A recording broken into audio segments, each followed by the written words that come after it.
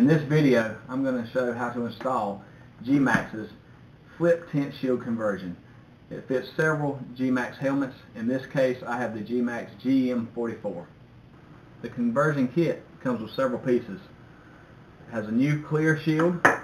The difference between this shield and the shield that comes on the helmet, which I thought originally they were the same shield, but they are not. The one that comes on the helmet is solid, smooth on the sides.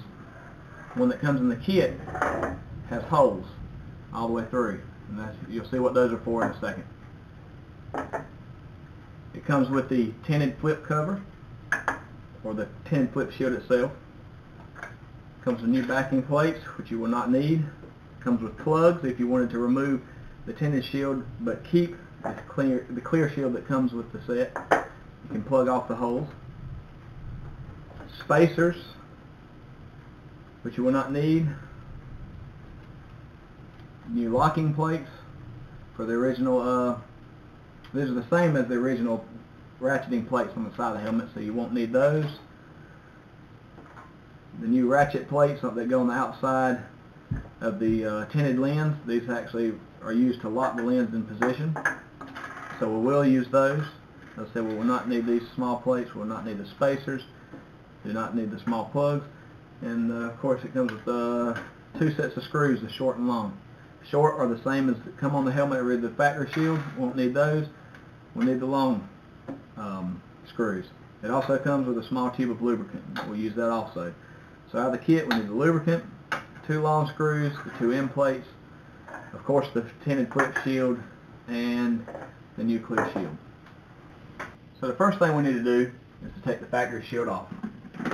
Take the factory shield off, press down the ratcheting locks, and set that shield aside. We won't need that unless we plan to go back with the shield in the future. I use a dime. You can use a screwdriver. Use a dime. Hopefully I won't scratch it up too bad. And take the screws behind the factory shield off. We won't need those. This time we'll be using the long screws. So I'll go ahead and do that and get back with you.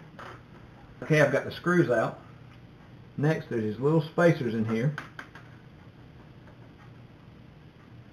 Like that. There's one on each side. We'll take those out. Those are the same that come in the new kit, and you won't need those.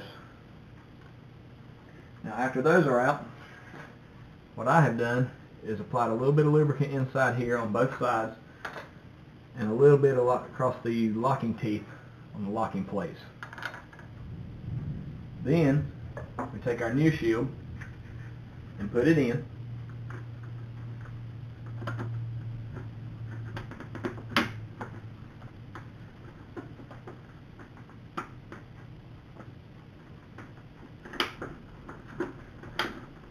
Go ahead and close that. Take our tinted shield. I put a little bit of lubricant right around the outside edges here, just where it's going to contact this glass, or the shield. It's not glass. You lay your new shield right over top like that. Next, we take our locking mechanism for the shield. It's keyed. I don't know if you can see that. It is keyed, and it mates up to where these spacers went earlier. This prevents this from rotating and allows the shield to lock in place. If they don't line up correctly, it won't hold this shield up. It'll fall back down. You won't have a locking mechanism. So you kind of look in there. These are fit one side only.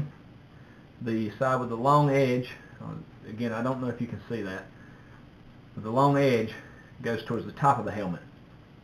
There's a locking tab that goes towards the front. If I can get that in there, just like that. And we take the long screws, put that in, tighten those down. Where's my dime? There's that. Tighten that down. I may have just scratched that screw, so you may be better off using a flathead screwdriver, I'm not sure. Then we go to the other side, same thing. Flat edge towards the top, or the long edge towards the top. Line these holes up here. Make sure it gets in there, it doesn't twist. Get my long screw, put it in there, grab my dime, tighten it down.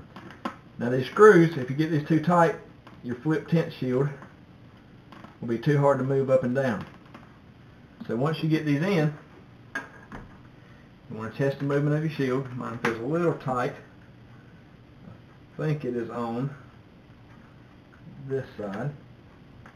Loosen that up a little bit. It's still just a little bit tight. You see the clear shield open with it. They should move independently of each other. There again, mess with these screws a little bit, adjust the tension, get it where it opens correctly. Again, they should move independently of each other. And I'm going to get that done and I'll be back. Okay, what I found with mine, I actually had two problems. One, this side, I didn't have lined up with the key on the inside, so it was actually rotating. And two, the reason it was pulling the clear lens up is I haven't taken off my protective cover yet. So once I take that off, it'll open completely independent. It has several positions that it will work in. I bought this GM44S helmet through Motorcycle Superstore. I think I paid about $135 for it. The flip tint shield conversion, I think, was about $23. I got the single lens. They have a dual lens, which is made more for the snow.